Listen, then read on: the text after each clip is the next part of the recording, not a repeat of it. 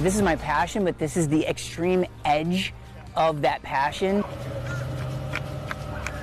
It's almost like animalistic. You get out there and you're just pushing forward, hunting for that next spot, that next nutrients, supplement, food, water, whatever, and then you never stop until you hit your goal miles. Lots of people run for fun or fitness, but Okehele Middle School science teacher Brian Thomas is pounding the pavement for a purpose. No matter how many times the world beats you or us or the system down, we got to just get back up and help each other out. He's setting out on a multi-state run, starting in Arizona, through the desert, Native American reservations, and the Rocky Mountains, more than 1,000 miles over 26 days, to Montana, all to raise money to help people impacted financially and emotionally by COVID-19. This is what God said I can do to help everybody, and right now people are in a time of need. This seasoned ultra runner, as people are known who run extreme distances in extreme conditions, is also a stage 4 melanoma survivor, and doesn't mind if you consider this humanitarian adventure a little over the top.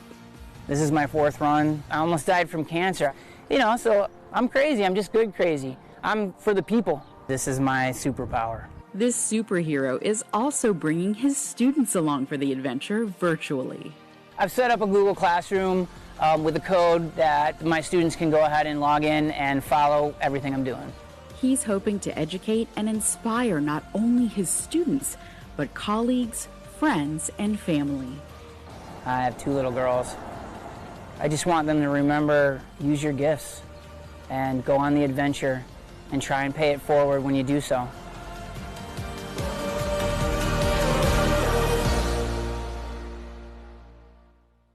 When that final bell rings before an extended break, it isn't long before parents hear those 2 dreaded words. I am bored. Here are some fun and low-cost ways to help keep kids entertained and engaged. Number 1, enjoy a new book. Hit the library or bookstore for something fresh and read together when possible. Number 2, cook or bake together. Use real-life math when calculating, measuring, and combining different ingredients. Number 3, be a tourist. Palm Beach County has plenty of free or low-cost options for interesting and interactive experiences. The Bush Wildlife Sanctuary, Manatee Lagoon, Norton Museum of Art, Glades Pioneer Park, and the Gumbo Limbo Nature Center are some places to check out. Number 4, write a letter or thank you note.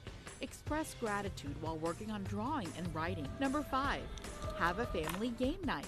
Teach teamwork, strategy, and rule following, all while having fun. Most importantly, enjoy your time together. We'll see everyone back soon. It's counting the amount of water bottles it fills, so you can see the effect it has on the environment. Highland Elementary students are taking turns trying a new water fountain, not just for a sip, but to fill a reusable bottle.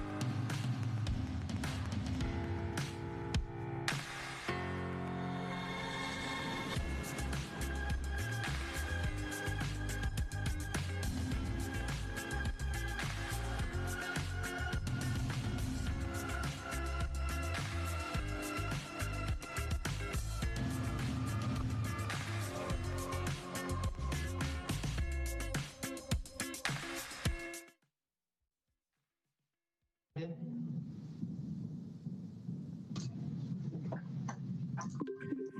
Yes, Dr. Robinson is here.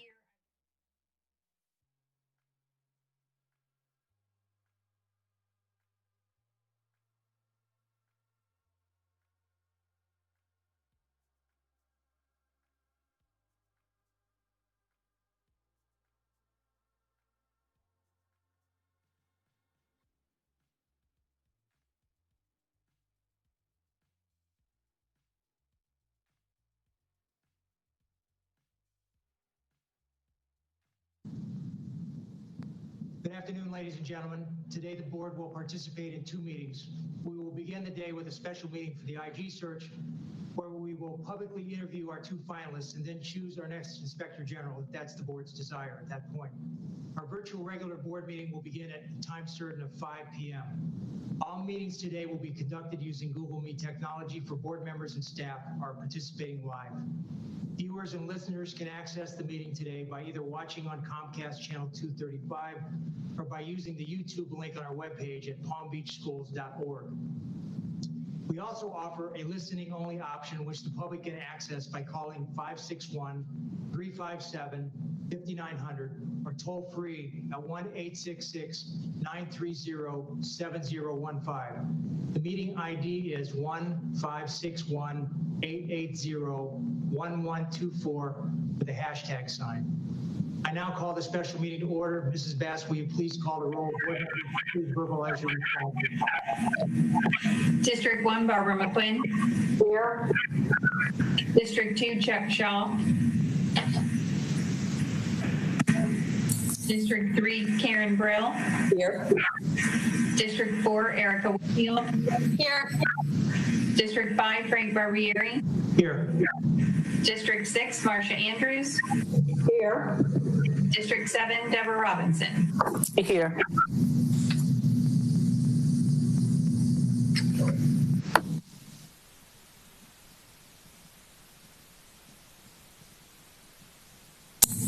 We can't hear you, Mr. Barbieri.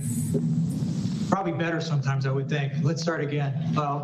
Also joining us on a virtual dais is Superintendent Dr. Donald Fenoy, General Counsel Julianne Rico, Inspector General Lung Chu, and Board Clerk Carol Bass. This meeting is being transcribed by a closed captioner, so remember to speak at a reasonable pace. I'm not going to review the meeting protocol. You all know that if you raise your hands, I'll call on you in the order I see you. You also all know that you need to leave your microphones off unless you're speaking so that we don't get the feedback. I saw Mrs. Brill put her hand up. Do you have a question, Ms. Brill? Actually, before we bring in our first candidate, I wanted to just say that, we've all had a chance to interview both of them, and I would like to make a motion, since we've all spent time with them, that we reduce the number of questions that we ask to 7 rather than the 14. Okay, we have a motion on the floor by Mrs. Brill. Do we have a second? Dr. Robinson? Want to speak? I was seconding her motion. Okay. Mrs. Brill? And I just wanted to add that I think that it just seemed to me to be overkill to do 14 questions after we spent, each of us, at least a half hour to whatever, speaking with them. So I just feel that, the 7 would be for me sufficient to make a decision. Thank you. All right, we'll take a vote on the motion. I'm sorry, Mr. Shaw, you have a comment? Go ahead. Yes, before we vote on that, can you share with us what the rules are relating to the questions? If we're doing the 7, which I'm fine with, do we have to use suggested questions, or know that we should ask the same question to each one? So can you just clarify that before we take this vote?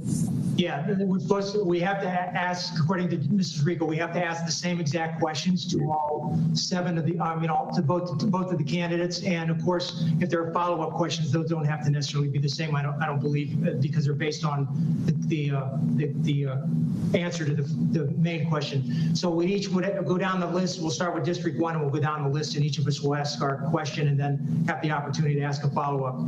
I've got the rest of the process of work today that I can go over with you. Mrs. Andrews, did you have a question? Yes, do we have to use list of questions on the list? Is that what you're saying? No. We were given some suggestions that we could consider if we didn't have our own questions, but each of us was able to come up with our own questions. We didn't have to submit those in advance. Whatever you have for today is what you're allowed to use. It's your question. All right, so I'll now go over the process for our public interviews. Each candidate will have 3 minutes to provide an opening statement at the beginning of each of their respective interviews. Following that, there will be one round of questions from each board member. Each board member will ask their question and then proceed to the next board member until each of the round, each board member has had an opportunity to ask their question. Candidates will be given 3 minutes to answer each question and 1 minute for any follow-up question. The second candidate will be sequestered with a member of the HR team during the time the first candidate is being interviewed. Each candidate will have 3 minutes to provide a closing statement at the conclusion of each of their respective interviews. When both candidates have completed their interviews, the board will be given the opportunity to decide whether they wish to move forward with voting on the candidates or take some other type of action, as well as having the time to collect their thoughts regarding the candidate interviews. Should the board decide to move forward with a vote, board members will be sent an electronic link to vote for their selection for the position of Inspector General, similarly as to how we used a link to shortlist the candidates. At that point, the HR search team will tabulate votes and determine the candidate that we're moving forward with. If this meeting ends prior to 5 p.m., the board will take a break and come back to a meeting. We'll use the same meeting link for the 5 p.m. board meeting. And by the way, all of that process that I just read to you was not made up by Frank Barbieri, the chairman. It was made up by the HR department. I was only asked to read it. So that's the way they've set this up, and they've asked me to read that process, which I just did for all of you. Unless you have any questions at this point, we'll have Mrs. Bass go ahead and admit Mr. Hewitt so we can start the process. And then I ask that Dr. LaCava or Mr. Mitchell, you take over at this point and conduct this part of the process. Sure. Ms. BRILL, do you have a question first? I don't think we voted on my motion. You did not actually vote. You have a first and a second, but not a vote. And I don't see Mr. Hewitt's invite to get in. So if HR could please tell him to try his link, please. Okay, so let's vote on Ms. BRILL's motion. All those in favor of only one round of questions, please raise your hands. Anybody opposed? Okay, the motion passes 7-0. So there'll be only one set of questions, Dr. Gonzalo and Mr. Mitchell. Yes, and Ms. Bass, we have one question. I'm not sure I see the clock that IT was setting up. Is that available? Yeah, the IT department's going to put a big clock on the screen as soon as Mr. Hewitt's done. As soon as he's admitted, we'll start the clock on those. So he'll be given 2 minutes to make his opening statement. And then Mr. Quinn will ask her first question, and then he'll have 3 minutes to answer that question and a minute to answer any follow-up question that Ms. McQuinn might ask. Mr. Hewitt has been admitted. So Mr. Hewitt, if you will please turn your camera on so we can see you.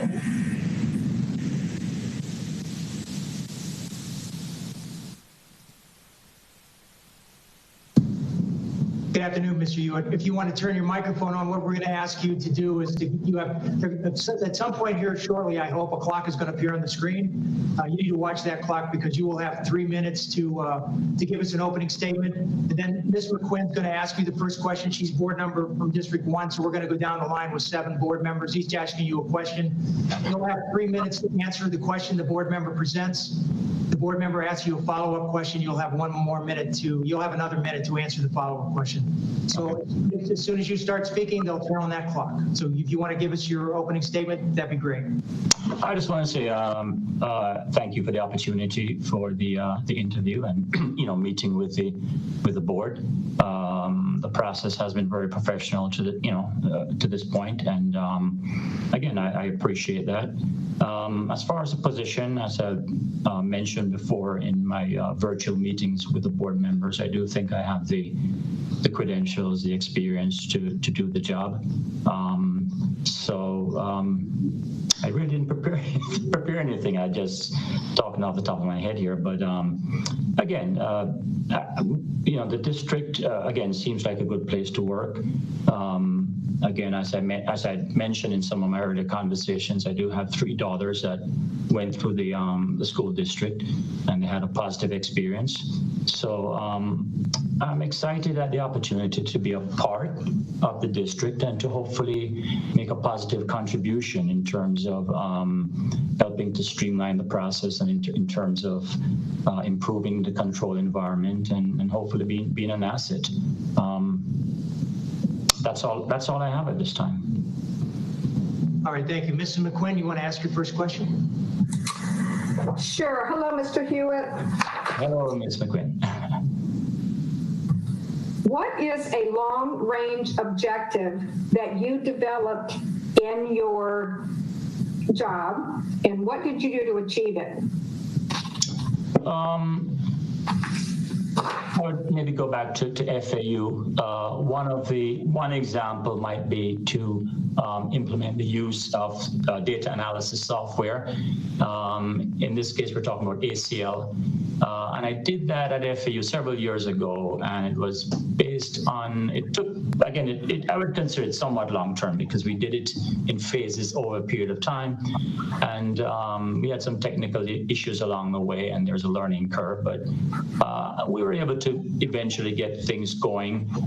We didn't use ACL for all of our assignments. It was only conducive for use for certain assignments. So we'd use it basically if we needed to, for example, select statistical samples, we'd use ACL, and we would use it to do other analysis on large populations of data. So that example comes to mind. Thank you. Do you have a follow-up question? Do you have okay, Mr. Shaw? Thank you, Mr. Hewitt. Thank you for being here today. My question for you is related to your management style and your supervision of employees. Can you share with us your experiences related to supervising employees and organizing your office and accountability with employees? Sure. Let me answer the first part first. I consider my management style somewhat collaborative. I like to work with people, and I like to, get feedback from folks before I make a decision. So I certainly like to consider all points of view. So once I decide on a decision, I'll move forward and I'll accept the responsibility, for that decision. As far as supervising staff, I think I've mentioned previously, my experience with supervision has been limited in terms of the number of staff. FAU, we had a shop of four individuals, and the Inspector General, I was his assistant, and then we had 2 staff members. So I would supervise those two staff auditors, basically.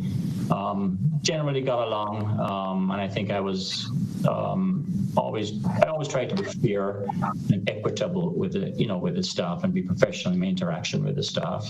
And I think they appreciated that. I also considered myself a mentor. Certainly in the early years, I would definitely try to help out and encourage the staff members to do better and address their concerns and that sort of thing. So I think by nature, I think I am a little more technically kind of logically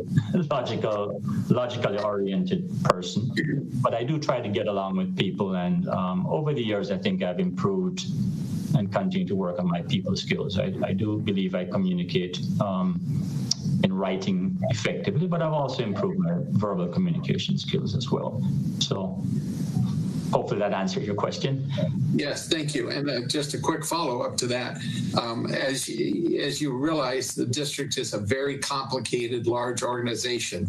What are your thoughts on how you would handle the assignment of duties and trying to assign tasks to employees based upon their capacity to be effective in doing whatever investigation or audit they might be involved in?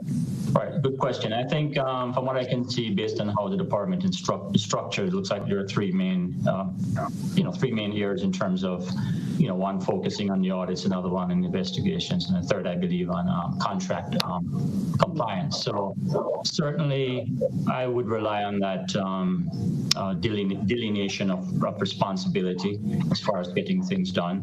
And I think if I'm hired over time, I would certainly in the early part, I would definitely sit down one-on-one with all the staff and get a sense of what their strengths and weaknesses are, and then just to make sure that they're deployed in the right area and they're doing the right type of thing. So I think that's important, just getting a sense and assessing the capabilities of the staff and trying to understand what they're doing and try to deploy them as best. Okay, thank you very much. Good. Ms. BRILL. Thank you, and it's a pleasure to meet you, Mr. Hewitt. As you know, we weren't able to see each other when we met the other day, but I thank you for your time. Sure. And as you know, the questions that I asked when we met were all questions that I devised. So I am going to ask you something now that you might have perhaps been asked by my colleagues in their interview, or perhaps not. But my question is to please tell us why objectivity and independence are critical when conducting an audit or an investigation, and describe how you maintain your objectivity and independence. Good question. I think it starts at the top, and everything hinges on the organizational status of the department.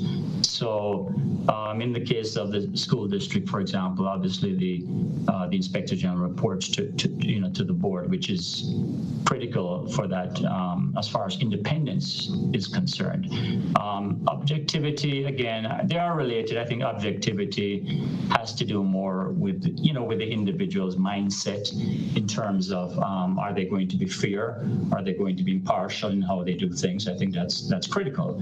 So both things are absolutely critical, but that's definitely the issue of your organizational status. It can't be overemphasized. I think that's absolutely critical.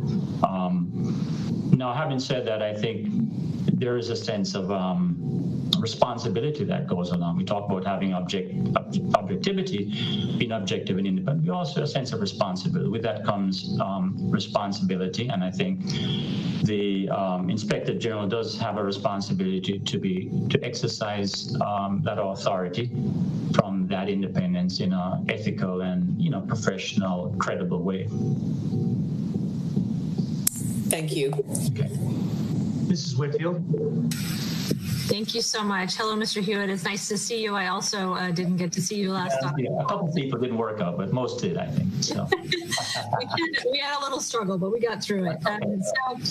We talked a lot about the climate that we're in as far as education funding and all of the struggles that this district and this board specifically are going to be going through. So since it is such a tumultuous time in education funding, why do you think you're the right person for this job to lead the IG and the audit for our district?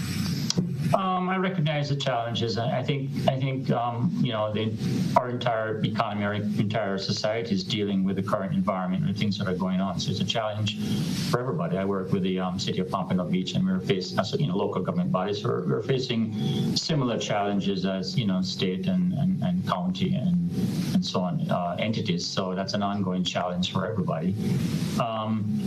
Again, there's uncertainty in terms of what will happen down the road. I know that the board is contemplating reopening, or how best to reopen, or what reopening would look like for the schools in the fall. So it's an overall challenging environment.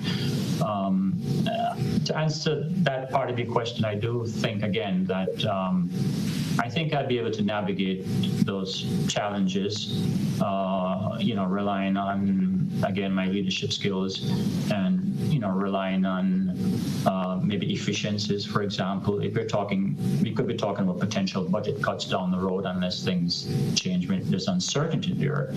So I certainly would think in terms of efficiencies, ways to save money within the department, and just trying to manage the resources effectively.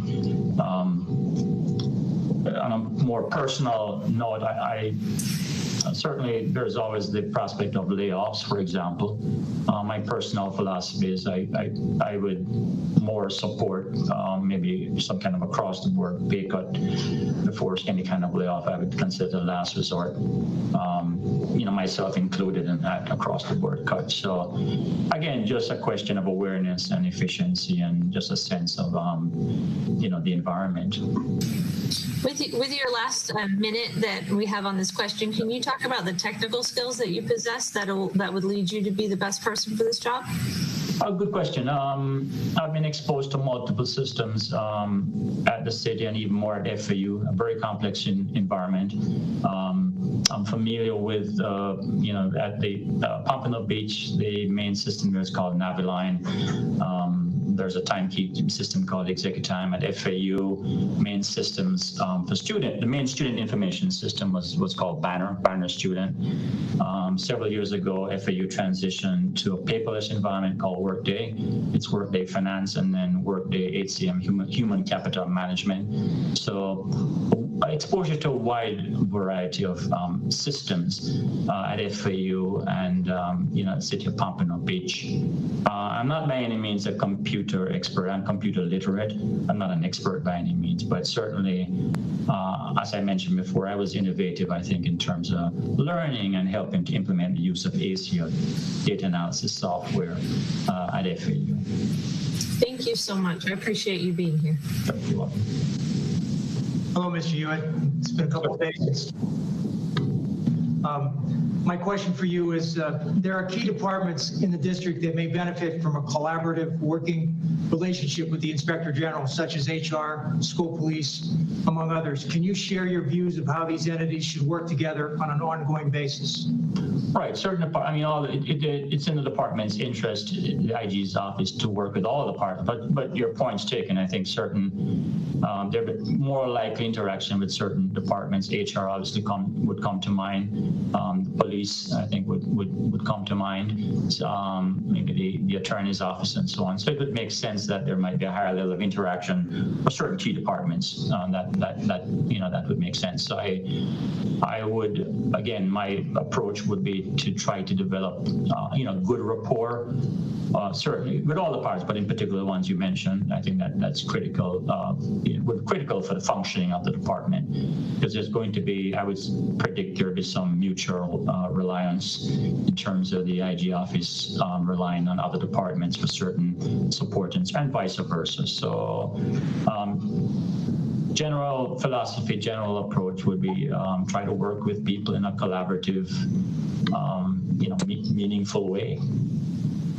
All right, so in follow-up to that, so, we have situations where the HR would be handling possibly an investigation that involves something that would still be within the purview of the Inspector General. How would you work together with a department that's also has the authority to investigate the same issue as you are investigating, or you have the authority to investigate? What have you done in the past? I'm sure you've come across that in both the city and at FAU with all the years you were there.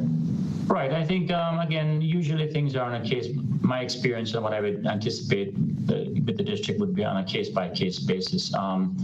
We have had instances, I've gotten complaints, or our office has gotten complaints at FAU, for example, relating to personnel issues occasionally. We didn't have a high volume of complaints, but occasionally we get complaints that would involve personnel issues. So in some cases, if it's something very significant in terms of maybe fraud, waste, or abuse, or something that we need to look at, then certainly we would take the lead role in that type of investigation. But if it's more routine personnel, conflict amongst personnel, I think usually we might just defer that to, the HR department.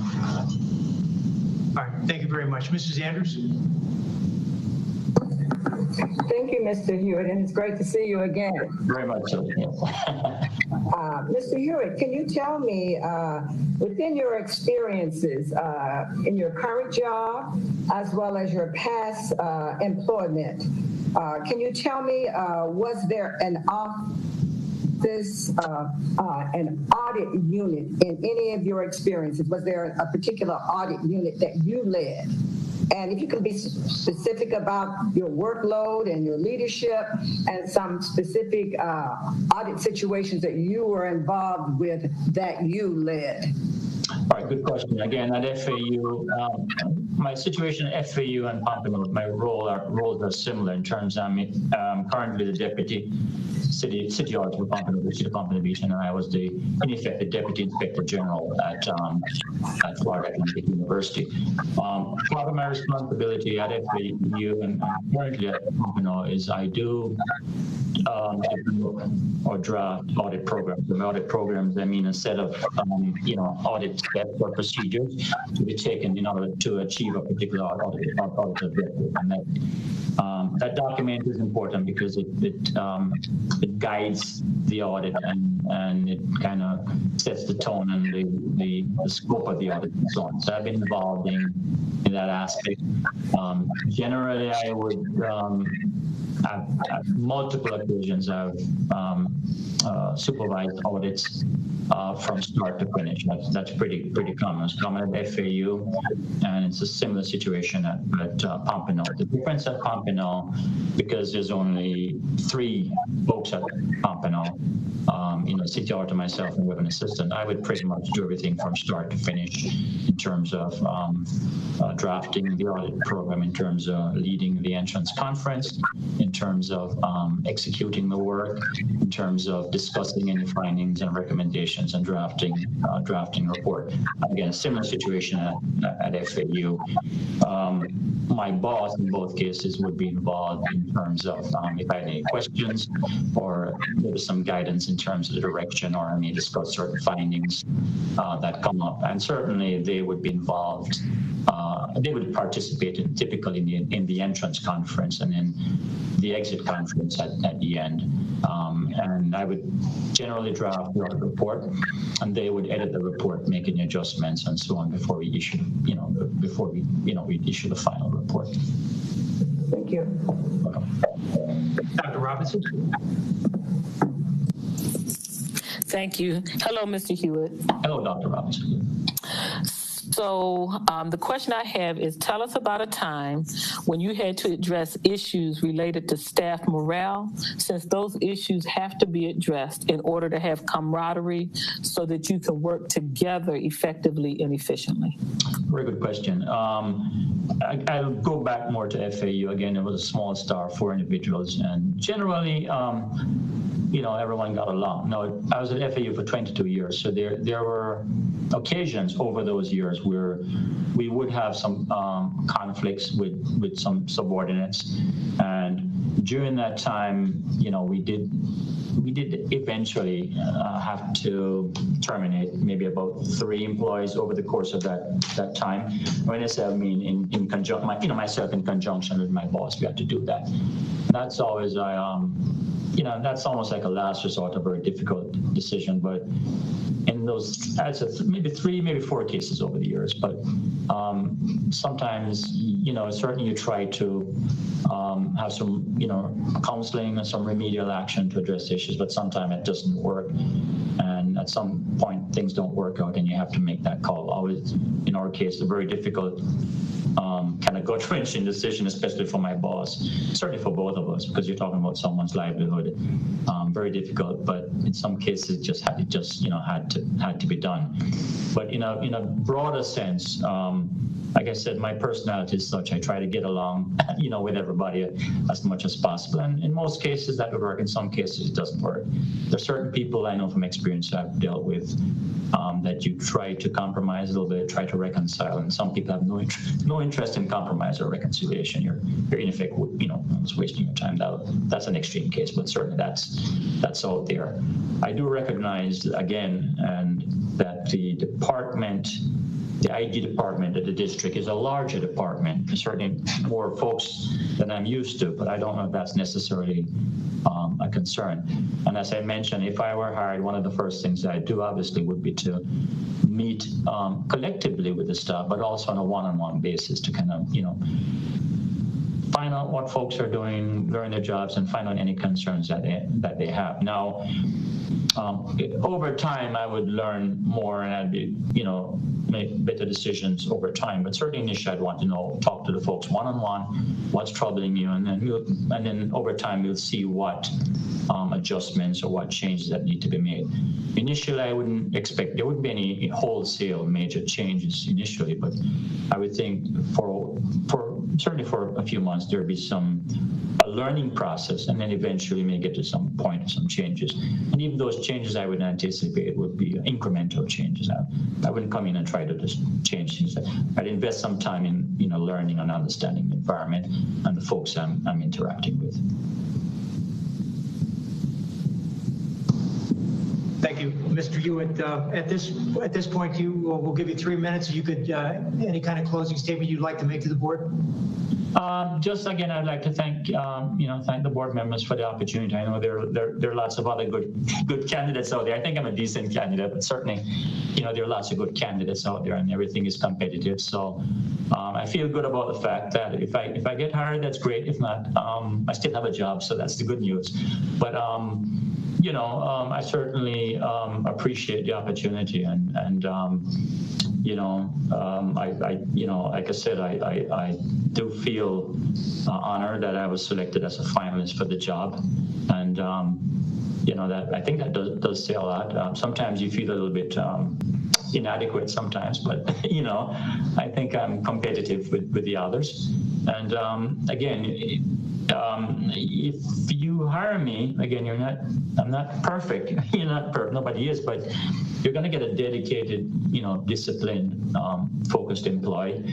And if there are problems in the way things are done, I'm going to work to resolve it. That's all I can say. I'm not a miracle worker, and I know everybody's not going to be happy, especially in a department that size. But I certainly would like to, have folks as happy as we can. It's your job. You come to work every day. I want people to, feel a part of the team, and that they can come in and make a difference. And again, by nature, I'm kind of non-confrontational. I don't, by nature, I'm kind of laid back. Just why I can't change it. But that doesn't mean I'm not effective. I just have a different style, a different way of approaching things and doing things. So that's all I have. So I hope things work out, and I wish the other candidate, good luck. So that's all I have, and again, I appreciate the opportunity. Thank you, Mr. Hewitt. After we interview the other candidate, the board will be making some decisions on what we're going to do next. So I'm sure that HR has probably briefed you on all of that. So thank you today for taking the time to be with us. And at this point, Mrs. Bass, if you want to go ahead and admit the other candidate. About we have to switch cameras before Teresa starts. I just sent her a note, bring her in. Mr. Barbieri, it's going to take just a couple of minutes until we switch cameras. No problem. Just let us know when you're ready.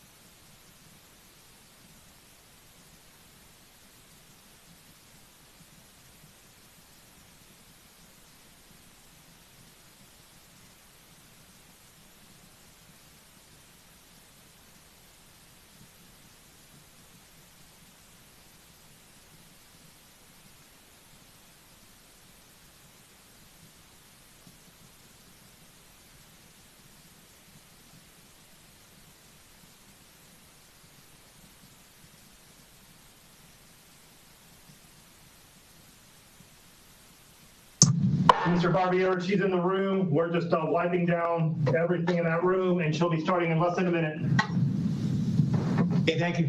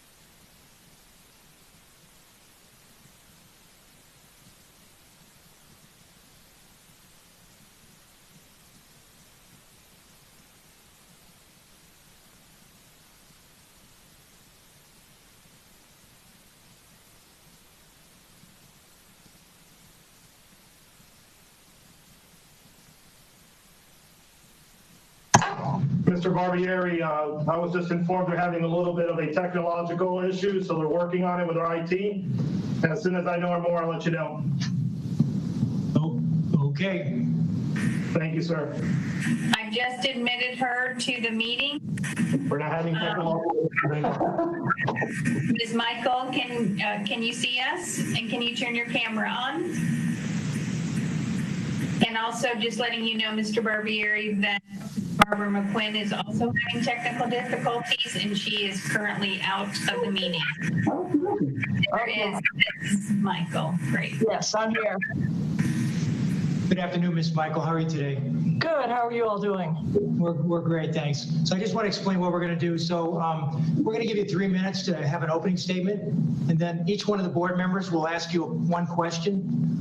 They may or may not ask you a follow-up question depending on how you answer your question, but you'll have to the follow-up question. When all 7 board members have asked you a question, at that point, you'll be able to give us a 3-minute closing. You have 3 minutes to give us a closing statement. So do you have any questions for us at this point? No, sorry, no. Okay, so Ms. McQuinn will go first because she's District 1, but since she's temporarily out of the meeting, having some technical difficulties, we will go to District 2, which is Mr. Shaw. Ms. Brill, you have a question? Yes, Mr. Barbieri, I believe that Ms. Michael's supposed to give us an introduction before we start. Okay, I thought I said that, but maybe I didn't. You'll have 3 minutes to give us your introductory opening statement. Then we'll go with the board members. So I'm sorry about that. Is Ms. McQuinn back? I don't see her picture here, but is she here? No. So we'll go with we'll get back to Ms. McQuinn. Would you start, Ms. Brill? I'm sorry, Mr. Shaw's in District 2. Mr. Shaw. Thank you.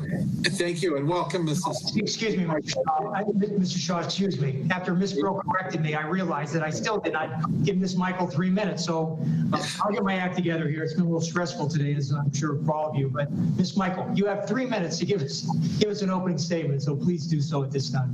Well, first of all, I want to thank everybody for giving me this opportunity. I know the audit committee and HR and also the board members, this took a lot of work. This wasn't an easy task, and there was a lot of research and a lot of time invested in this, and I appreciate that. And I also appreciate the time this week and the one-on-one interviews that I had with each one of you.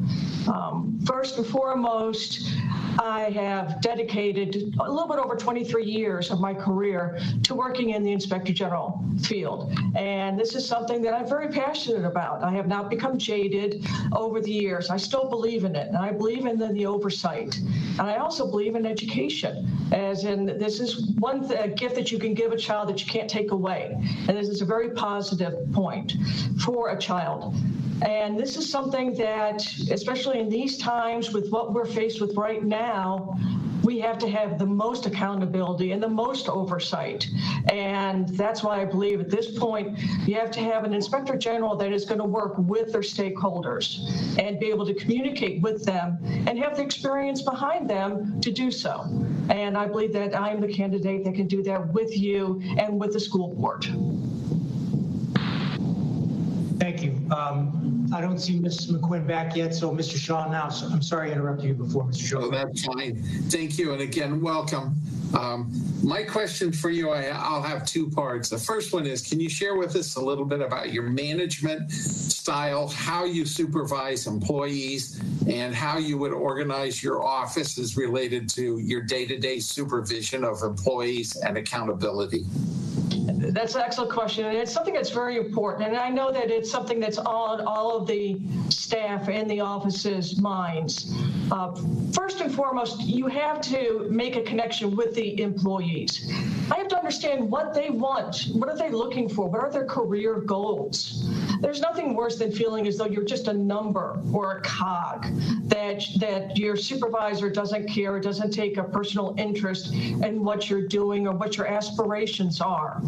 So I try to connect with the staff on a daily basis and at least understand what they're looking for and what they want to achieve. I also, of course, and everybody says they have an open door policy. I literally do. We'll have an open door policy with the staff. But I also let them know that prior military, and I do believe in an organizational chain of command, that if you have a problem, please go to your supervisor first and then come to, work your way up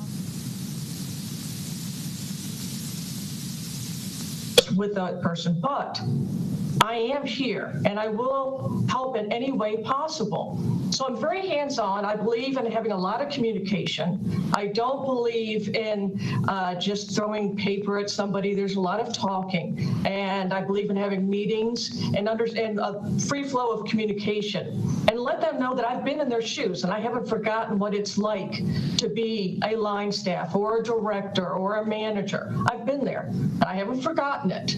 So I know what they're going through and I won't forget what that's like. So I can relate to them. So those are some of the things that I try to remind them, that I keep that in my mind and on forethought at all time. I also let them know that I do not tolerate anybody who I call is ethically challenged.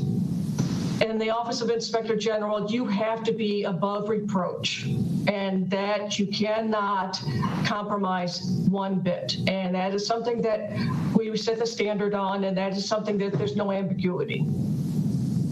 Okay, thank you. And the follow-up is related. Mr. Shaw, I'm sorry. Before you ask your second question, I thought Mrs. McQuinn could hear us but not see us. I understand that she's not able, and she's moving her equipment. She's going to be joining us by phone. So hold off on your question so we're sure Mrs. McQuinn can hear your question, and then the answer.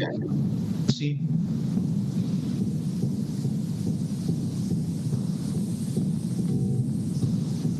Mrs. Bass, let us know when Mrs. McQuinn is able to hear us.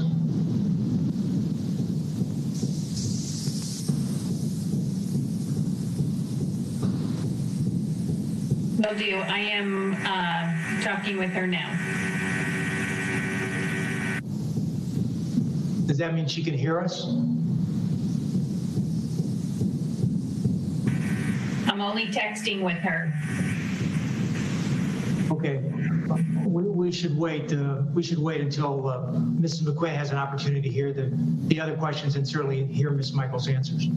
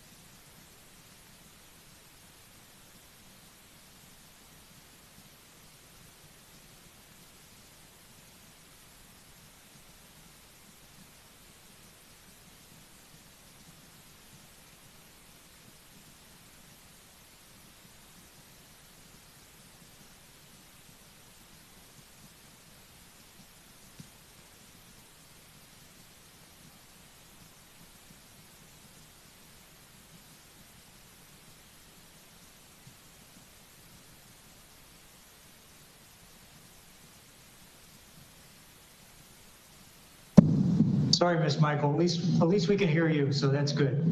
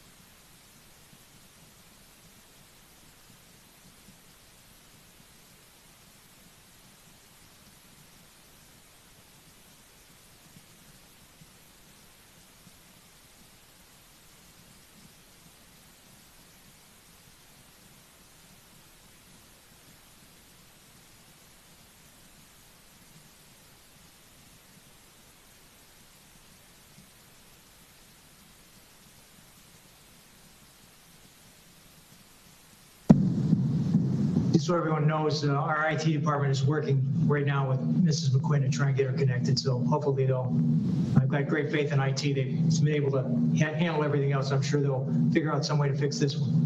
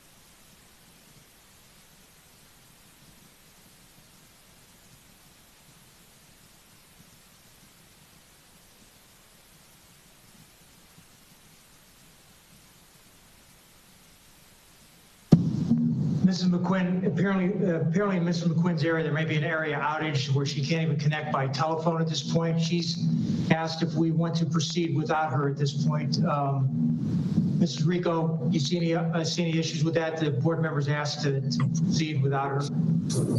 Yes, I mean, if she has confirmed with Mrs. Bass that is her request, then the board can continue without her.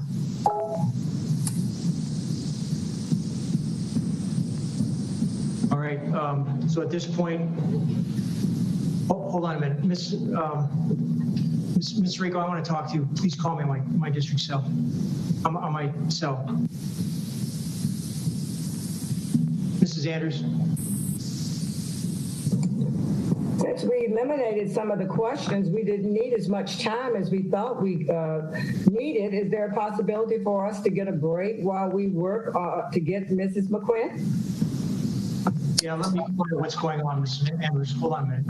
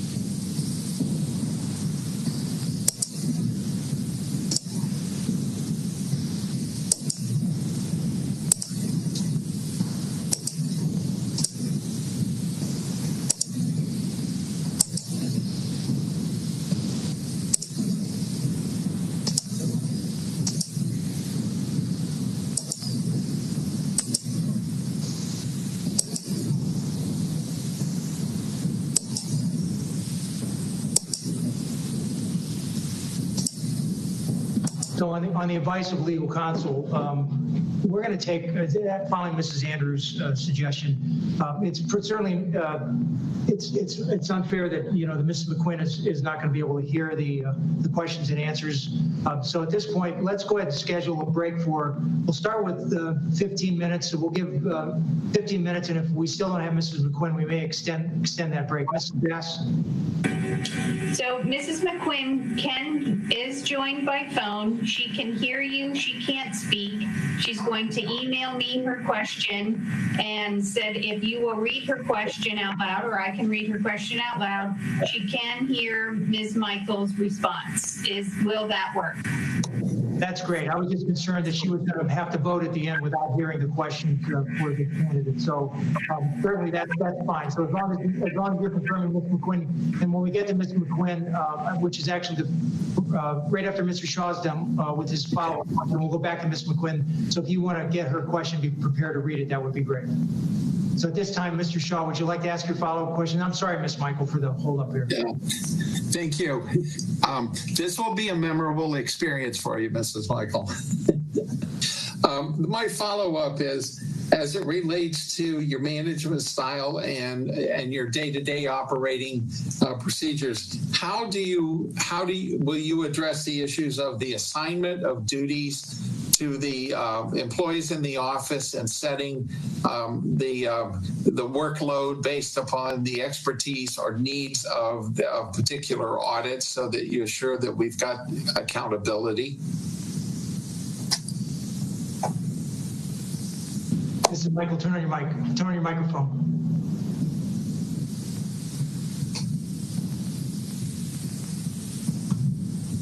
There we go. I'm sorry. The directors will be the ones that will be responsible for the actual day-to-day activities. I would not jump over unless I was not seeing productivity. I would be meeting with the directors, and we would have milestones to see, are they meeting these milestones on every audit, on every investigation? I typically like to meet with the directors on a weekly basis, sometimes even more, depending on if I'm seeing a problem. And of course, that can be, they can come and meet me anytime if there's a problem. And I've always had where a director will come in and say to me, we've got an issue, or I'm running into a problem, or something is slowing down or speeding up. But usually I have a weekly meeting with the directors, and they will tell me how they're going. What, are we meeting our milestones? Are we going to end up meeting our final deadlines and timeline for the due dates? Because no report is good if it's not timely. Thank you. Okay, thank you very much. Thank you. Thank you, Ms. Michael. Mrs. Bass, would you please read Mrs. McQuinn's question to Mrs. Michael? I don't have it yet, but it should arrive at any moment now if you want to go to the next person. Okay, sounds good. Mrs. Brill, you're next. So thank you, and thank you, Ms. Michael. It's a pleasure to see you again, and thank you for your patience with this process. It's been interesting. So, you know, I had asked you my own questions when we met, and now I'm going to ask you a question that you might have heard before from one of my colleagues, but I would like to ask this, and that is, tell us why objectivity and independence are critical when conducting an audit or investigation, and describe how you maintain your objectivity and independence. Well, that's an excellent point and an excellent question. That is one of the cornerstones of any Inspector General, is being independent. And there's twofold, both in appearance and in actuality. You know, the structure of the office is normally structured, or typically structured, and in this case is structured independent, in that the Inspector General reports to the governing body, which is the school board. And that you have it so that the Inspector General is not terminated unless for cause. You have oversight, but there's no influence from the outside, and you are independent in the actions in where you can pick your audit or your investigations. There's also an issue where you have to have can have the appearance of any type of lack of independence. And a lot of that is done, most of all, through how you conduct yourself, making sure that you don't overstep and go into management where you make management decisions, where you also are taking part in developing policies where you shouldn't be. Also, you lose your objectivity in there, where I can't very well help you develop a policy, then turn around and look at that policy and tell you that policy is good or not. There's also a independence where each year, most IGs will do an attestation, where that they are attest to their independence and understand the importance of that independence. And then also for each project, you usually do an attestation as well on independence. And that attestation not only says that you don't know of any impairments, but if you do come up with or come across an impairment, you will immediately cease and notify your superiors that you have come across an impairment. And that's one of the things that a lot of people don't realize, that there may be something that you may come across that you didn't realize that there could be an issue.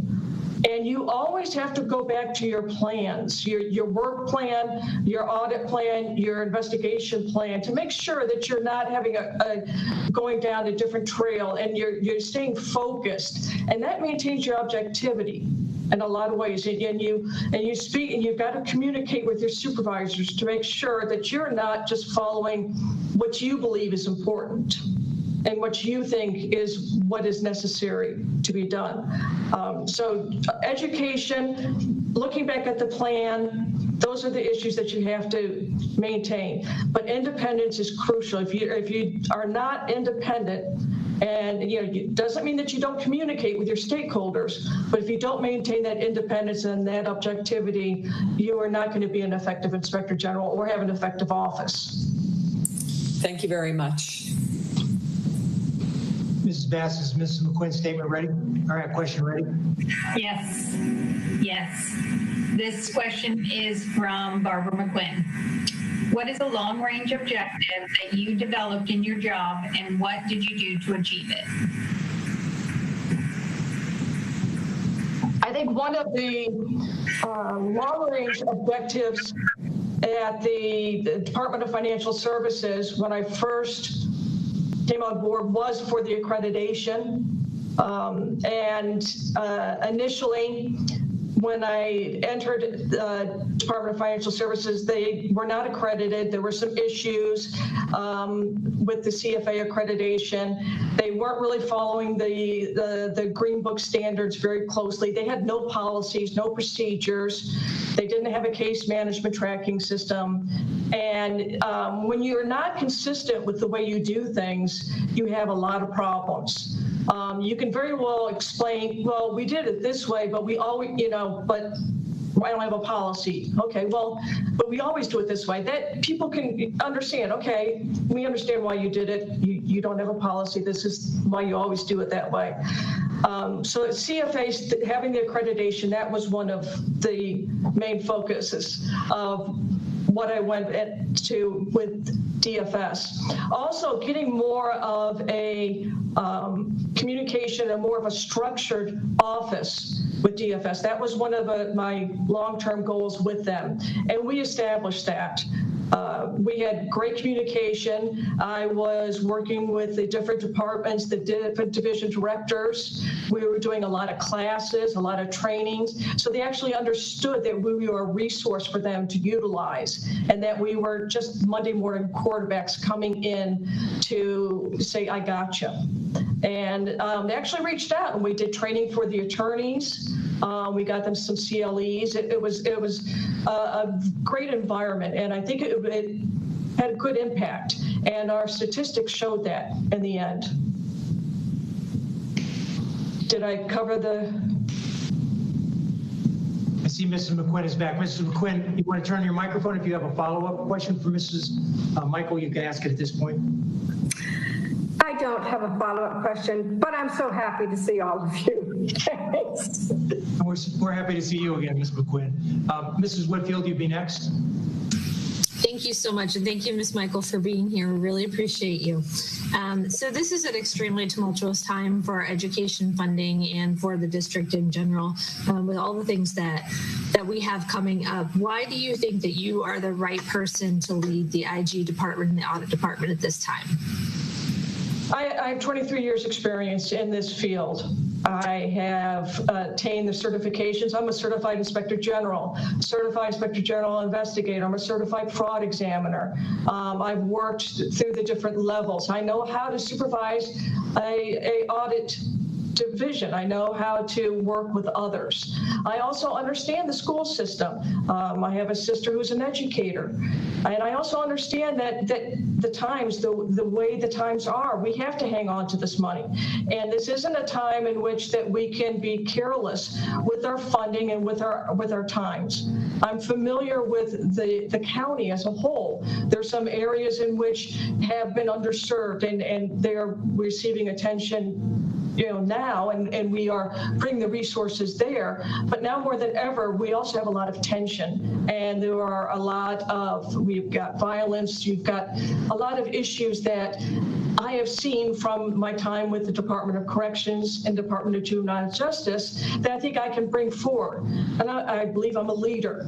I lead by example. And I also believe I'm a good communicator.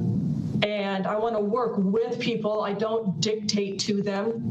I communicate with them, and I want to hear the input. I want to hear from the superintendents, and I want to hear from the principals. What can I do to help? How can I help you all do the job of educating the youth?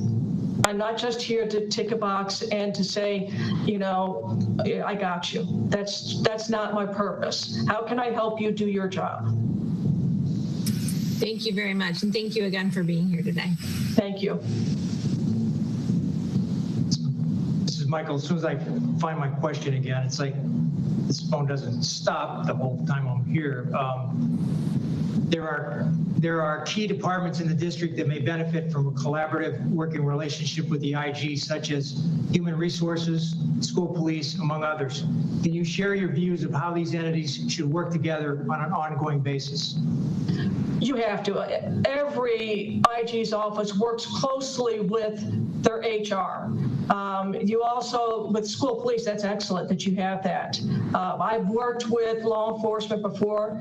The Department of Financial Services actually has a law enforcement section. I had sworn law enforcement that actually worked for me because we had law enforcement in our agency. So I'm very familiar with the Law Enforcement Officers Bill of Rights, which I'm sure that you're aware of is a very restrictive and very complicated issue that you have to deal with. but I understand all of those functions, and we have to work together.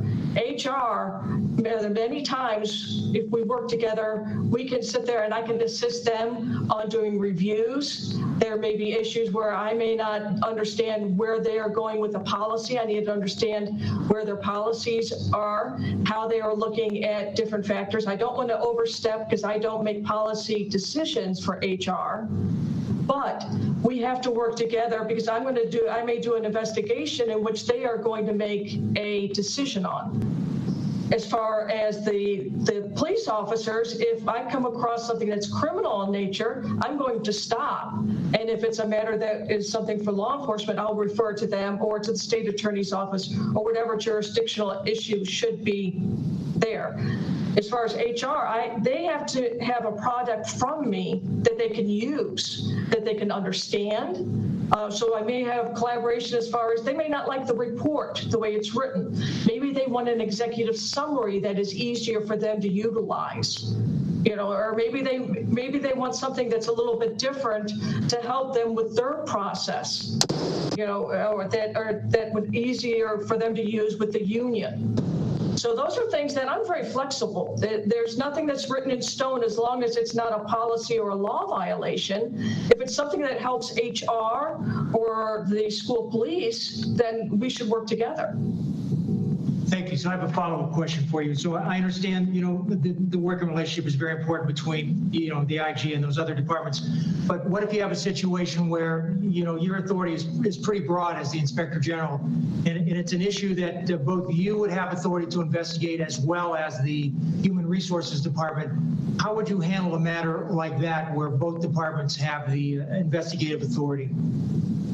Well, I understand we both may have the authority, but who is better suited for that investigation? Who is better suited? Is that an area that is more management related, or is it a policy violation that would be better suited by the IG's office? And maybe I should just refer to them and then track it and see what they do, see how they report on it, review their report. Or is it something that, I think that they need somebody from the outside, more independent? And maybe that is something that I would look at and say, no, I believe this is something that rises to the level of the Inspector General. This is a serious policy violation. Great. Thank you for your answer. Mrs. Andrews. Thank you. And it's great to see you again, Mrs. Michaels. Yes, ma'am. Yeah, my question deals with your experience on your job right now, as well as your experience when you were at the Department of Financial Services. And I would like to know, did your offices at that time have an audit unit that you led, that you were the leader of? If you could be specific about the audit work that you've done as a leader, as well as some of the typical kinds of audit work you've done that you've led and done. The office that I am at now with the county, I am in the contract oversight and evaluation. So I work with the audit unit on different matters, but I don't lead them and I don't participate in the audits. So not currently. At the Department of Financial Services, as the Inspector General, I oversaw the audits that were being done in the office. I also oversaw the risk assessments that were being done, as well as any of the external audits that were being done. We are the liaison for that. Our office averaged approximately 18 external audits at any one time. For some reason, we always had the Auditor General doing quite a few audits, probably because we had the Treasury and the financial accounting for the state. Most of our audits were done. We had Division of Rehab and Liquidation. We did a large audit that we had to bifurcate that was quite big. We had a Dave and David audit, which was over the licensure system. We had a cash management audit and a purchasing card audit when I was there. And then we did some consulting engagements as well. Thank you, Ms. Sanders. Ms. Michael. Dr. Robinson? Go ahead, Dr. Robinson. Okay, thank you. Hi, Ms. Michaels. How are you? Fine, doctor. How are you? Doing well. So please tell us about a time when you had to address issues related to staff morale. And it's important because camaraderie is in order for people to work together efficiently and effectively. Most definitely. The Inspector General's office, if you've ever seen IG staff at a luncheon, we're always the ones sitting by ourselves because no one wants to sit near us. It's the wallflowers. Nobody likes us. You know, people groan when we walk in. I've slowly gotten used to that over the years. So we do. We have to have a lot of team building. And some of the things that I did, and the staff would blame me for their weight gain because I would always buy donuts. And when we did our annual report, I would do barbecues, and we would bring in food. Somebody had celiac, so we had to be very careful with that. So we had a lot of team building. We had a game where you'd have to guess who this person was. So it was a way of trying to figure out who different people were. And it was interesting because you just get a fact about somebody and they didn't realize, oh, I never would have thought this was this person. And it got people talking, and it broke down some barriers. And we built a team. And because it was such a low morale. And you have to have a good morale because, again, nobody else likes us. We have to like each other. And you have to work well together. And I try not to have the audit team over here and the investigation team over there, and then you have another unit over there, and they don't talk. We had an auditator who worked in both. And he's a strange animal. He likes both, and we called him our own little auditator. And tried to do a lot of cross training, and they like that because they have a tendency to get bored if you're just doing one thing over and over again. And I like to combine where you have an auditor and an investigator, because sometimes auditors may not be the best interviewers, but they're a lot better with numbers and financials.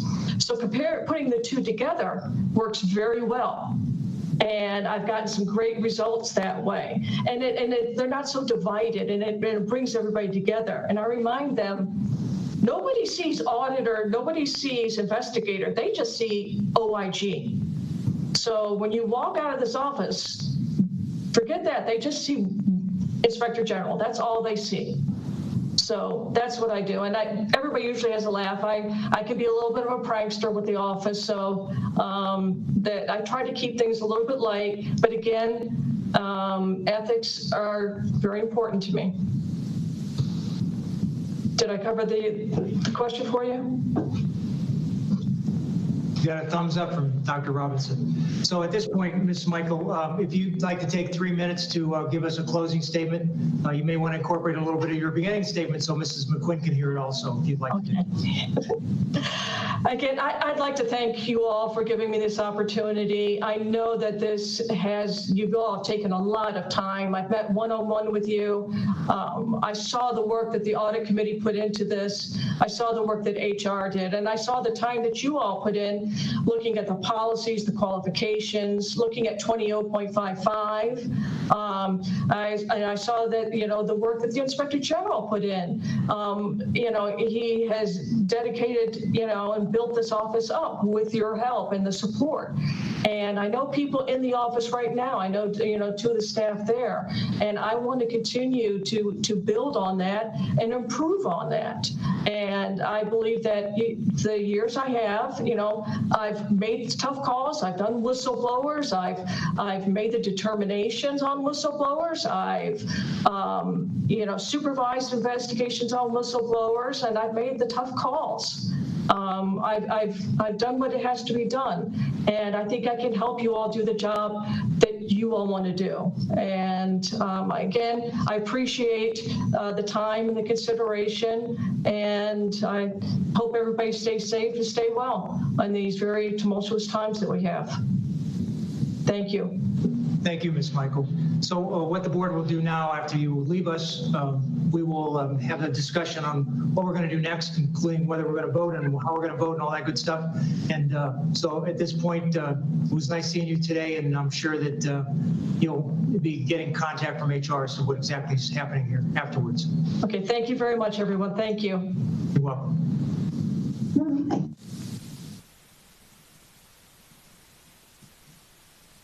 So at this time, board members, we need a motion to move forward one way or the other, whether you want to go ahead and take a vote at this point, or if you want to hold off on the motion and have some discussion. Personally, I'd like to know how all of you felt, but that's my personal, how you felt about the different candidates. But I see Mrs. Andrews put up her hand up first, and then Ms. Brill. Mrs. Andrews. Yes, I'd like to have a discussion, and I hope I can be first, but I'd like to have a discussion. Okay. Unless there's an objection to having a discussion, let's go with it. Ms. Andrews, go ahead. Thank you. And I appreciate you all hearing from me. I spoke on last week, and so this is not anything that's new on my mind. I really want to reemphasize some of the things that I talked about at the conversation last week when we were working on the Inspector General's replacement. And I would like to make a motion to put the hiring of the IG on hold for the following reasons. I've been around this district for a long time, and certainly with the experience in HR, and seeing people lose their jobs and seeing budget cuts, especially sitting in as the Chief of Human Resources, as well as the hiring director for the School District of Palm Beach County for many years. And as I said last week, we are in a pandemic. COVID-19, coronavirus is spiking in the state of Florida and right here in Palm Beach County. And the IG office staff is home working. Most of the school district is home. We are home working from home.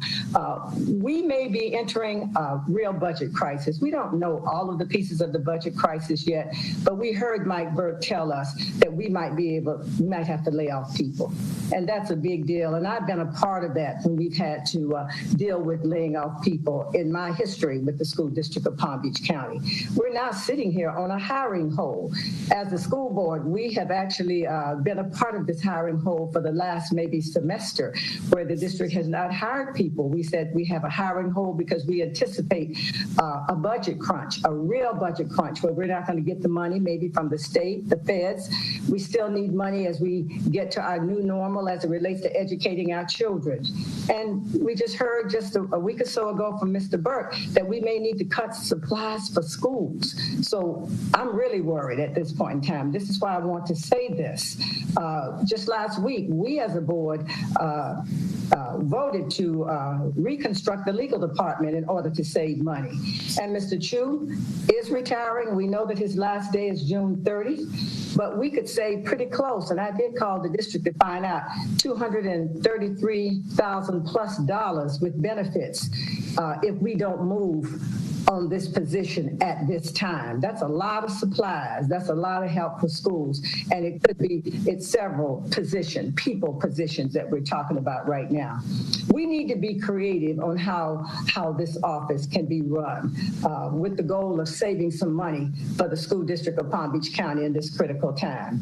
The IG office has staff to carry out these functions. Many of them have their IG certifications. Many of them have the wonderful certifications we heard these great people talk about today. They're right upstairs in that office. So, and they have the credentials. Our peer reviews for the IG office have been fabulous. Now, I've had these conversations with Mr. Chu, and he told me that, Ms. Andrews, no one has asked me about my staff and what I could do to help save money. Well, I'm back here again today to say I'm still scared about what's going to happen with the School District of Palm Beach County as it relates to people being laid off without having supplies for children. And I know we have two wonderful candidates, but we need to put this on hold. We have to be the example as the board in trying to save some money for our children of Palm Beach County. That's what I wanted to say. Thank you. All right, Ms. BRILL and then Mrs. Whitfield. Okay, so with all due respect, Mrs. Andrews, I could not disagree with you more. I think now more than ever, it is imperative we have to have an inspector general in that position. All of you know, I've been asking for almost 2 years for us to do this recruitment. You cannot have an inspector general's office without someone leading that office. And we have made a decision that we're going outside for it. We have 2 very qualified people. And, you know, with due respect to them, this should have been a conversation last week before we spent all that time with them also interviewing them. But I feel that we have qualified candidates and I'm prepared to vote on them. Thank you. Mrs. Whitfield and Mrs. Andrews can respond. Mrs. McQuinn, did I see your hand? Yes, okay. Thank you. I also do not want to see us go internally to the department for a temporary fix. The only way that I could be okay with trying to put this off for a little while would be if we went to the county and asked them to take over for a year while we get our ducks in a row. But I'm prepared to vote today as well. So I would very much like to see this taken care of today. I think with not having the general counsel and doing, you know, a kind of a stopgap measure there, I'm very concerned about, you know, the stability in this district, and I would very much like to see an inspector general of some kind, even if it is just contracting out with the county IG. If that would save money, I think that was $100,000, so it would save quite a bit of money. So I understand what you're saying with funding, but I do not want to just have an internal person as a stopgap right now. Ms. Daniel, let Ms. McQuinn, she was at the same time. Let her go first, and then you go, and then Dr. Robinson will be next. Ms. McQuinn. Okay, thank you. I feel very strongly that if I felt that we didn't have a strong candidate, I always listen to Mrs. Andrews, but I feel so strongly that we have an excellent choice and we can bring stability to that department. I would prefer that we not put off our vote. Mrs. Andrews, then Dr. Robinson, then Mr. Shaw. Thank you. This is not about the candidate. I just really want to be clear. We've been working on this for a while. A lot of things have happened here in Palm Beach County School District over the last few weeks and months as we've gone through this process.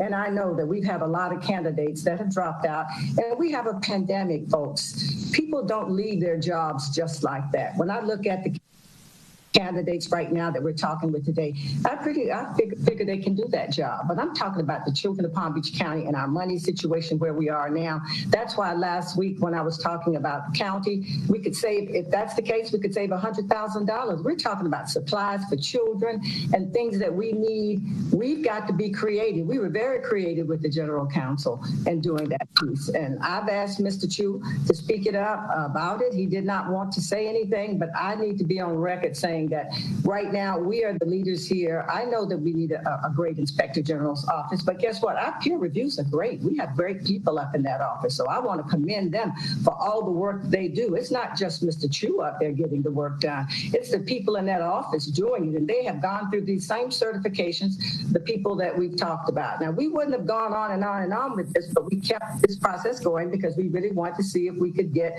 an outside external candidate. And now we've got 2 people. But right now, the house we live in is not working well, and we need to do something about it, see what we can do, and be leaders from the board to make decisions, to hold for a while, and come back to this place at another time when we're in a better position. Dr. Robinson, then Mr. Shaw. Yes, thank you. So, we had this conversation a little bit last week, as I recall, and I'm still kind of in the same place. I think I was a little disappointed, more than a little, actually disappointed that this ideal candidate didn't come forward. I think I said in the beginning that my ideal candidate would be somebody that had K-12 experience, right, as an IG, because we're not the widget maker people. We have processes that, yes, can be improved, but first they need to be understood. and not just ding people because you don't understand it and because it's not operating like you're making widgets, right? So I really wanted somebody with K-12 experience that had IG experience, and ideally somebody who, you know, with that K-12 experience was used to working with, in the public, with a governing board, right? And that ideal person didn't show up. So I remember last week's conversation, I think it was last week, when Mrs. Andrews brought up the pandemic, and I wondered, maybe that's why. Maybe it's just that at this point in time, people are just in a stay put mode in large measure, right? Which I wouldn't blame them. Like, everything else is so unstable with the pandemic, I should just stay put and not go after this new opportunity. So I think, you know, I think our candidates are fine, but they're not perfect. And I really would hate, I'm concerned about going for somebody who's good enough with the possibility that somebody who is closer to perfect might be available on the other side of the pandemic. But then when you add in the comments about the budget, and we just saw what our general counsel did in order to save money over the long term, I think that we should explore that. I do think we should explore that. And I think that would provide more stability at this, because this is such a crazy time we're going through. I think that would provide more stability plus save money. Now, the concept of working out something with the county is a whole different level of instability. Like, that's more destabilizing, I think, than choosing one of the candidates in front of us, quite honestly. But I do think that we need to explore that. I think that's something definitely I'm willing to explore, is taking somebody who's, you know, like functionally, I guess, like in a deputy role in the IG's office. And just like we did with the general counsel, let them keep the wheels turning in the direction that they've been going, that Mr. Chu has it going. And then, you know, hopefully in 6 months we'll be actually on the other side of the pandemic, and we can reevaluate then. So yeah, thank you for bringing that forward, Mrs. Andrews. All right, I want to make a comment. Ms. BRILL will be, I'm sorry, Mr. Shaw, you were next. Go ahead. Thank you. I agree with Mrs. BRILL on this issue. We've been dealing with this for several months. We have two candidates who have extensive experience, and I think both of them had experience that work with governing boards at the university level. That can't be much more difficult situation than as far as the governance issue. And working with the county commission is certainly a governmental agency that operates in the public. So I don't think that's, let me hang up.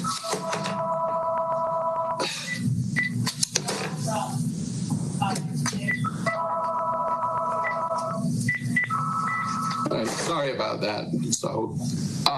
So I don't believe that putting this off later, and the reality, and I don't want to sound flippant about this, but saving $100,000 for supplies for students amounts to less than 50 cents per student. So I'm not sure that alone is enough for us to say it's a significant budget issue. So I think we need to address this issue. We need to move forward. We need to get that office stabilized and be ready to go because of all the challenges we do. And to put it off and have an interim in that position, I think does a disservice to us. So I'm ready to move forward.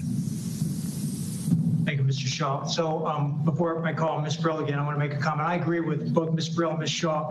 Mr. Shaw, I mean, first of all, if we were going to do this, we should have done it last week. I mean, there should have been a decision last week to put these people through personal interviews, and then tonight after they go through to tell them, oh, too bad we changed your mind. And with respect to the perfect candidate, we had two candidates, from the only two candidates we had from school districts, and both of them withdrew after they were shortlisted. And to wait till after the pandemic, I mean, some of these reports say this pandemic could go on for another year, 2 years. So, I mean, how long do we wait? Well, we have a $3 billion budget, and we have no inspector general in place to make sure that all of that money is being spent wisely, and somebody's overseeing it. We have, basically, we have a dysfunctional situation if we have no inspector general there, and we have people up there that are going to now rally us they want to be the one in charge, and there's several of them up there that I'm sure would want to get it. And what are we going to have, sour grapes when one of them doesn't get to be the interim? I don't even want to go through that situation. With respect to the outside inspector general, I agree with Dr. Robinson. I mean, to bring somebody in, first of all, they said $100,000. When the inspector general sees what they have to do in this district, I'm sure that place what. Sure, there's going to be additional costs involved when they see all the calls that come in from the hotline, and those things have to be investigated. Somebody's got to look at every one of them and determine which ones are worth investigating, which ones aren't. So, just to say that the inspector general out there is only going to charge us $100,000, they have no clue what goes on in this place yet, and they'd have to come in here, and I'm sure once they saw the things that we expect them to do, that $100,000 will be, well, that was our preliminary thoughts, but now that we see what we have to do, it's going to be much higher. So I don't think it's fair to the candidates. I don't think it's fair to the district, and it's certainly not fair to the children to put off for a year or so to have an inspector general in this place to make sure the money that the taxpayers have entrusted to us is being spent wisely, and there's somebody that's independent that's overseeing that. So I won't agree to a postponement either if that's the motion that's made at this point. Ms. Brill, you were next. Thank you. So I just want to say that I think we have two excellent, highly qualified candidates. Everybody knew what their background was when we shortlisted them last week, and I do think we do have the perfect candidate to fill that job. So I would like to make a motion that we vote tonight to select our next Inspector General. All right, do we have a second on that? Mrs. Whitfield, any further discussion on the motion? All in favor? See a hands, please. Opposed? Mrs. Andrews and Dr. Robinson. So the vote is 5-2 in favor of moving forward with a vote. So Mr. Mitchell or Dr. LaCava, would you take over at this point and get us through that process? All right, good evening, board members. The voting link has been sent to your chat box. So if you open up the chat box, there should be a link, and the time of the link should be 3:37. Please do not use the 1:55 link. 3:37, and let me know by raising your hand if you did not receive the link or see the link. Okay, so Karen and McQuinn, Mrs. McQuinn, you have not received the link? Can you refresh your... Would you remind me where the chat box is? Sorry. No problem. If you go to the top right-hand corner, there should be 32 individuals in the room, and to the right, there's a little chat icon. So let me present the screen. Give me 1 second, Mrs. McQuinn. I mean, I usually see it, so that's why I'm... No problem. And I'm pointing at it. Yeah, I got it. You got it? Great, awesome. By raising your hand, does anybody not have the link? All right, thank you. We are if we could start tabulating. Thank you very much. Okay, got it. Are they coming in, KB? Yes. Mr. Barbieri, give us a couple minutes to tabulate. Wait a second.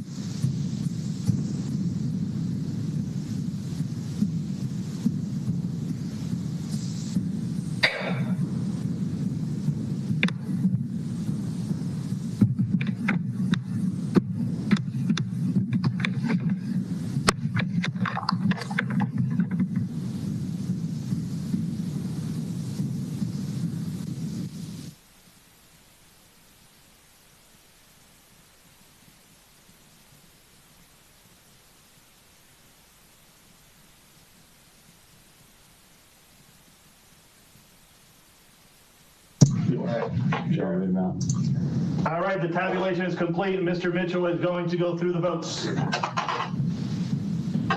As we were informed last week by legal, we have to read out the individual votes. So I will read that out. We have a 5-2 vote. Mr. Barbieri voted for Ms. Michael.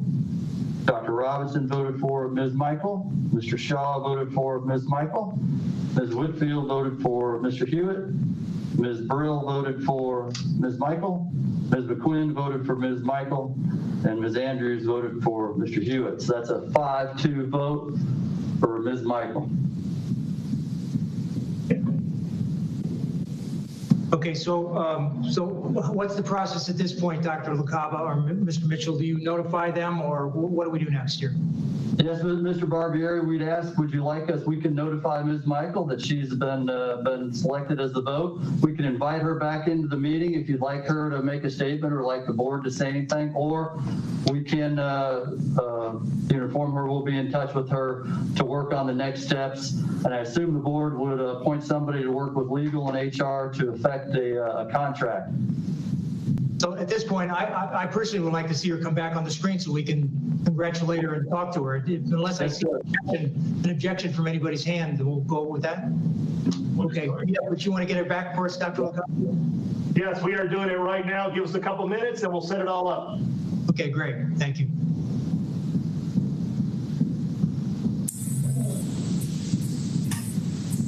Ms. Brill, go ahead.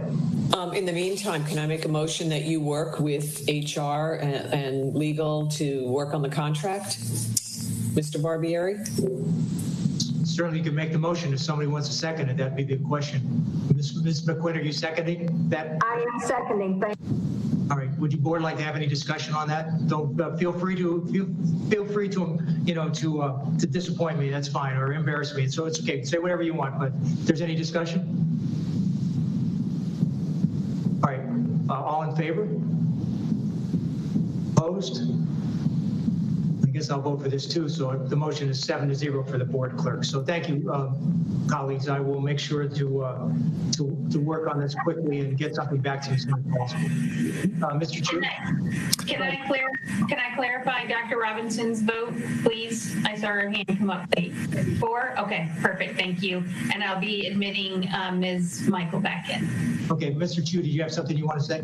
Yes, with your permission, I'm ready to meet with Ms. Michael anytime. I'd like to have a very fast-track transition, and I'll tell her everything I know, and then so I'll be more than happy to work with her in a very experienced manner. So that's great. I want you all to know. If I have to come back after I retire, I'm ready to do that too. Okay, Ms. Michael actually wanted to know if she was chosen, if she'd had the opportunity to have some overlap with you, so that I don't know how you're going to have a quick conversation with her to give her everything you know, since you know things that go back 20 some years. So, but anyway, thank you for the offer, and I'm sure that Ms. Michael will welcome that. Ms. Michael, welcome back. As you probably have been told, maybe not. Congratulations, the board has voted to have you as our next Inspector General. So thank you very much. And if you'd like to talk to us, the board members, I know I want to say something to you, but you can go first if you'd like, and then we'll have the board members chime in here. Well, thank you very much. This is an honor. I really do appreciate it. I look forward to working with each and every one of you. This is I'm truly honored. I hope that I can meet each and one of your expectations, and I will do my best to give you the best work product that you can possibly get. I will give you 110%, and you've had a great Inspector General. I'll try to build on that, and I will promise you a lot of communication. You tell me how you prefer it, and I'll give you that communication, and I promise you I will give it my very best. And thank you very much for giving me this opportunity. I really do appreciate it. I feel very honored. Thank you.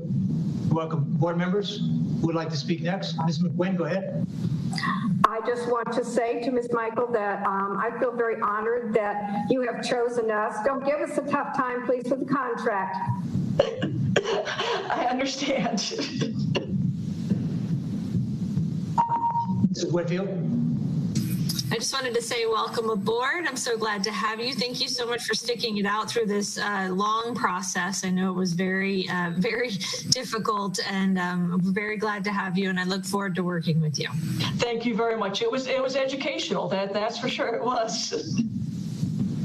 Ms. BRILL? Thank you. And I also want to say congratulations. And I really thoroughly enjoyed hearing about your experience before, what was also on your resume, and working with children.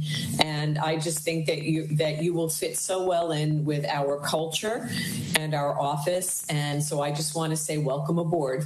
Thank you very much. I really do appreciate it. Thank you. All right, go ahead, Mr. Shaw. The same thing. Thank you so much. And I was very impressed when we had a chance to talk. It was great to finally get to actually see you instead of doing the phone thing, since you've had a lot of adventures on technology in the last couple of weeks. So congratulations getting through that. But we wish you the best. And I'm very impressed with your background and the experiences that you've had. So good luck. Thank you, sir. I truly appreciate it. All right, if there's no other board members who would like to comment at this time, Mrs. Michaels, I'm sure that HR department will start the process, and we'll all be in touch with you soon. So have a good evening, and thank you again for joining us. Thank you very much. I really do appreciate it, and I feel very honored. Thank you. Well, thank you. Board members, we need a motion to adjourn this meeting, and then we're going to come back here at 5 o'clock, time certain. Motion made by Ms. Whitfield, seconded by Ms. McQuinn. Is anybody opposed to adjourning this meeting? Okay, seeing none, I'll take that as a 7-0 vote to adjourn, and we'll come back at 5 o'clock time certain, which is what we normally handle the regular board meetings. Mrs. Bass, go ahead. Yes, use your same link that you joined this meeting to join the next meeting at 5. And it's my understanding if we just click the little telephone thing in the middle, that'll just, it will temporarily disconnect us, but we can click that back on without having to go through the whole process. So there's a little telephone in the white bar, everybody. So if you just click that one, you'll be able to leave and then click on it to open it up again without having to go back through and find the link. Mr. Barbieri, could you say that again, please? How can we just stay on, right? Or we just mute ourselves and turn off the video, right? There's a looks like a telephone receiver on the phones that we used to use before you were born, Dr. Fenoy. They had a cord on them, and that phone piece, if you click on it, it'll temporarily take you out of the meeting, but you can go back in afterwards. All right, thank you. Mr. Chu? With your permission, I would like to start the meeting with her beginning as soon as possible. Absolutely. That was one of her concerns, was whether she was going to have a chance. So, yeah, certainly. Just check with HR and make sure that everything's clear for her getting information, confidential information on the district. So as soon as HR gives you, they'll go ahead, and I'm sure they'll check with the general counsel's office to make sure that. Thank you. You're welcome. Thank you. Mrs. Rico, you're the last woman standing. Did you have something you wanted to say before we click off? Okay, we'll see you at 5 o'clock. Thank you.